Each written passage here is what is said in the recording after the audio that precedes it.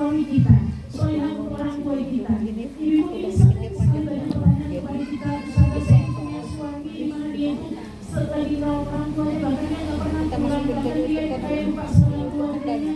Tolong ini jangan sempit pikiran kita. Ketika suami seperti itu, berarti dia adalah seorang suami, seorang anak yang masya Allah pada orang tuanya ini bagus banget. Kita selalu istri gimana? Dorong dia. Gak apa-apa, kamu gak pernah pulang, gak apa-apa, yang penting kamu lagi ada tugas untuk menungguin ibu kamu, menungguin kamu. Saya gak mau sih kok seperti itu. Kenapa? Masya Allah. Kadang orang ini kiranya sempit ya Bu ya. Lagi seperti itu katanya. Kamu nih waktu hari terus orang tahu ditunggu ini anak-anak gimana dan sebagainya. Kadang seperti itu. Padahal apapun yang kita tanam nantinya adalah kembali kita sendiri. Ketika kita mengikhlaskan suami kita untuk berbakti kepada kedua orang tuanya, maka insya Allah anak laki-laki ibu yang punya anak laki-laki kemudian anak perempuan itu akan mengabdi berbakti kepada ibunya. Itu bahasa. Makanya yang sabar kalau ada seorang suami adalah punya orang tua yang lagi sakit-sakitan harus merawat terus itu disabarin. Kenapa? Besoknya akan belas anda itu adalah anak anda sendiri. Termasuk masya Allah ketika mungkin kita juga merawat orang tua kita, suami kita punya istri itu suami juga. Ya. Makanya berterima kasih sama suaminya, berterima kasih kepada Allah Subhanahu wa Ta'ala atas semua yang Allah berikan kepada kita, atas semua kesabaran yang Allah berikan kepada kita, sehingga kita sampai di titik ini, bahkan sampai nanti kita dicabut nyawa oleh Allah Subhanahu wa Ta'ala dalam keadaan sabar dan dengan semua takdir yang Allah berikan kepada kita semua. Itu adalah cara kita. Cara kita untuk apa? Untuk lebih husnul dan kepada Allah Subhanahu wa Ta'ala. Jadi kadang kita pusing bikin sendiri. Pusing itu kadang kita bikin sendiri. Padahal orang tahu, ya Allah kayak dia langsa yang akhirnya kita pusing sendiri. Coba kalau kita lebih berterima kasih yang Allah berikan kepada kita bahwa kadang kita mungkin dipuji orang, kadang kita mungkin dicaci orang, kadang kita itu cara Allah untuk apa mendapatkan kita kepada Allah. Itu cara Allah sendiri. Jadi harus husnul pasang husnul sama Allah. Intinya yang Allah takdirkan itu adalah yang terbaik untuk Allah buat kita agar apa? Agar kita lebih dekat kepada Allah Subhanahu wa Ta'ala. Maka jangan sampai kita itu putus asa, jangan sampai kita terbelenggu dengan hawa nafsu yang akhirnya ada kemarahan sehingga kita tidak ikhlas dalam hati kita untuk mengerjakan sesuatu itu. Jangan sampai. Karena apa? Putus di situ saja kita akan mendapat apa-apa. Nah, sebaliknya ada tujuan kita, yaitu adalah akhirat. Dunia itu akhirat. Kalau dunia itu nusayin haliku illa wajah, semuanya akan rusak binasa kecuali zatnya Allah Subhanahu wa Ta'ala. Di hari semuanya hancur semuanya, apakah kita akan ya Allah dunia yang dulu saya masya Allah saya bangga-banggakan kemana, anak-anak yang saya banggakan kemana, kemudian mungkin apapun yang kita punya yang kita banggakan kemana, tidak ada artinya semuanya kecuali amal soleh yang kita lakukan setiap saat, setiap waktu, itulah yang akan menemani kita.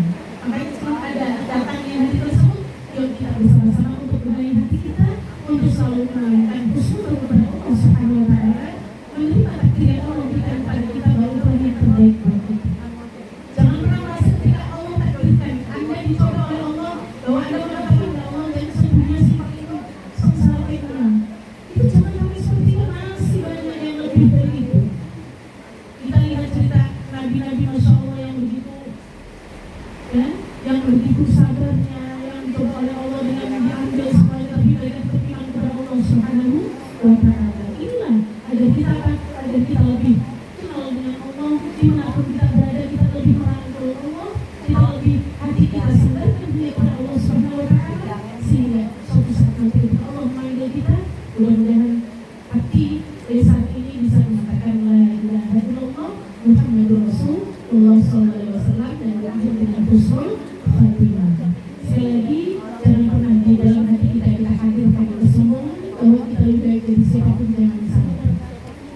Karena ketika kita hadirkan kesombongan itu justru adalah tanda-tanda Allah murka kepada kita. Kita merasa bahwa oh saya ini ngajinya paling bagus, suara saya paling tajwidnya bagus, ini bagus, yang lainnya belepotan, menganggap rendah orang lain. Kita merasa bahwa kita yang paling rajin sholatnya, kita merasa bahwa kita yang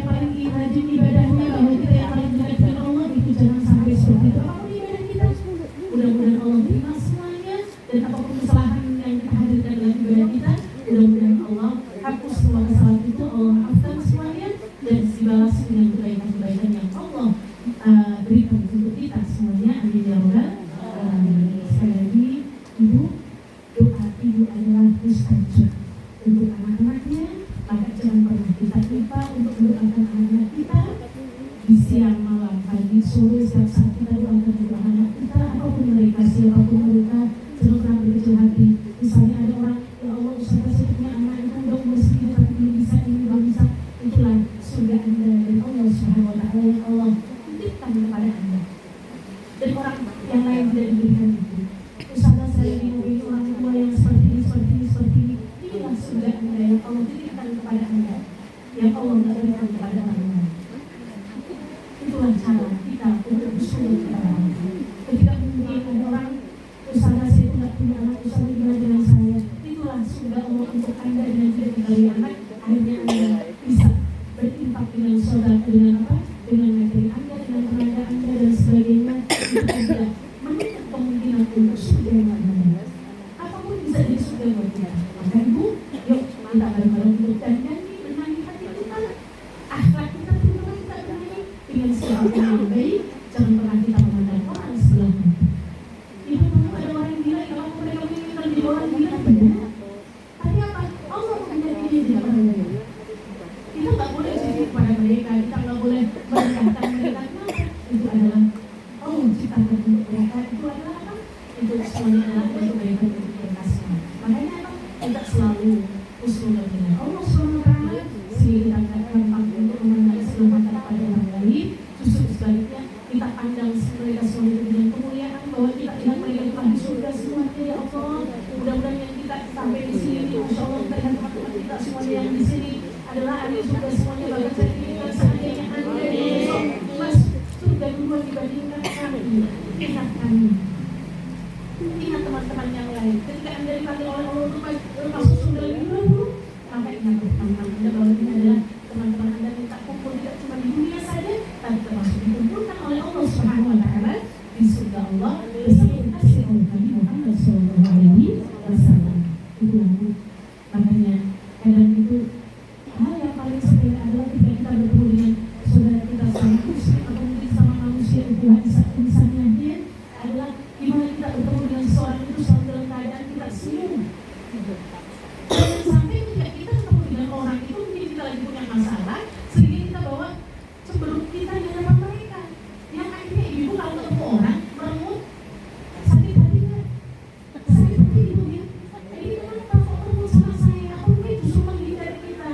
Nah ini karena sesuatu yang tadi kita tidak terasa ya Allah dengan cemberut kita, akhirnya orang berprasangka yang macam-macam, saya salah apa, padahal kata Rasulullah pada senyum lebih wajib akhirnya maka sedekah senyum di hadapan saudara bersama muslim itu adalah sedekah.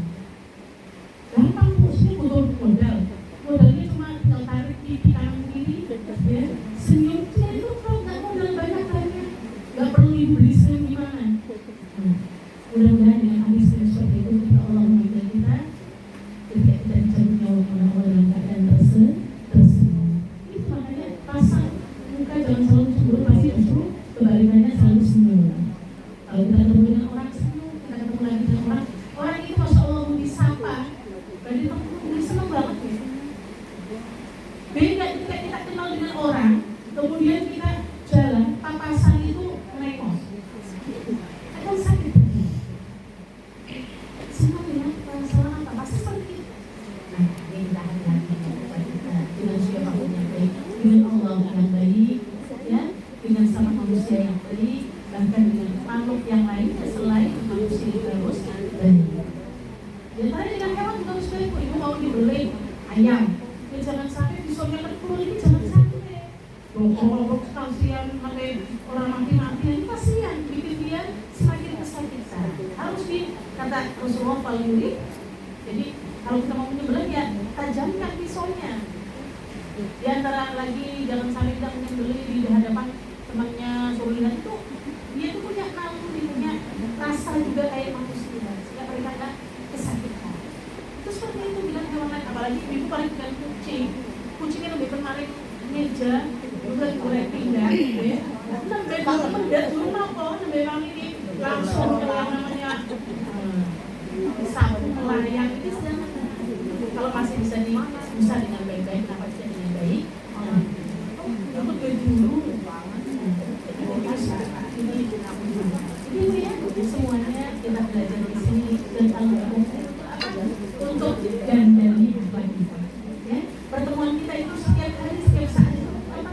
Untuk gandari akhlak kita, perbaiki akhlak kita. Agar apa? Agar kita dapat ridho Allah, dapat ridho Rasul. Hanya mereka lah yang dapat ridho Allah, ridho Rasulullah yang berakhlak yang baik. Bukan sekarang orang habis sujud, saya baru sujudnya Masya Allah semuanya hebat banget. Diakui oleh semua temannya sujudnya itu hebat banget. Gak pernah dia meninggalkan sholat sunnah, apalagi sholat sunnahnya terus. Tapi ketika dia itu sering menyakitkan orang lain, buat apa? Tertolak semua. Makanya jangan sampai yang seperti itu. Yuk kita bareng-bareng dari hati kita, dan jangan sampai Allah mulut ini sering menyakitkan orang lain, tangan ini suka menampar orang lain, kaki ini dilangkahkan ke tempat-tempat yang enggak mau diridhoi Allah. Jangan sampai seperti itu. Kita sama Allah SWT, ya Allah, apapun yang ada di hati saya, apapun yang kita keluarkan dari lisan saya, ya Allah, apapun yang lakukan dengan tangan saya, apapun yang kita langkahkan dengan kaki saya, apapun yang kita nafaskan adalah semuanya adalah yang Engkau ridhoi. Karena apa? Ridho karena Tuhan. Ridho karena Tuhan. Tadi kan hafal semuanya kalau asal saya itu ya. Jadi ridhomu ya Allah, matruhuna yang aku cari ya Allah, yang kami cari adalah ridho Engkau ya Allah, bukan yang lain-lainnya. Bahkan ketika mungkin ditawarin seandainya dunia isinya diberikan dibandingkan dengan ridhonya Allah, Anda memilih apa saja? Memilih ridho Allah Subhanahu wa Ta'ala. Karena apa? Yang tidak saya adalah ridho Allah Subhanahu wa Ta'ala. Sampai sini pertanyaan, monggo. Jadi kita apresiasi alhamdulillah di 2 tempat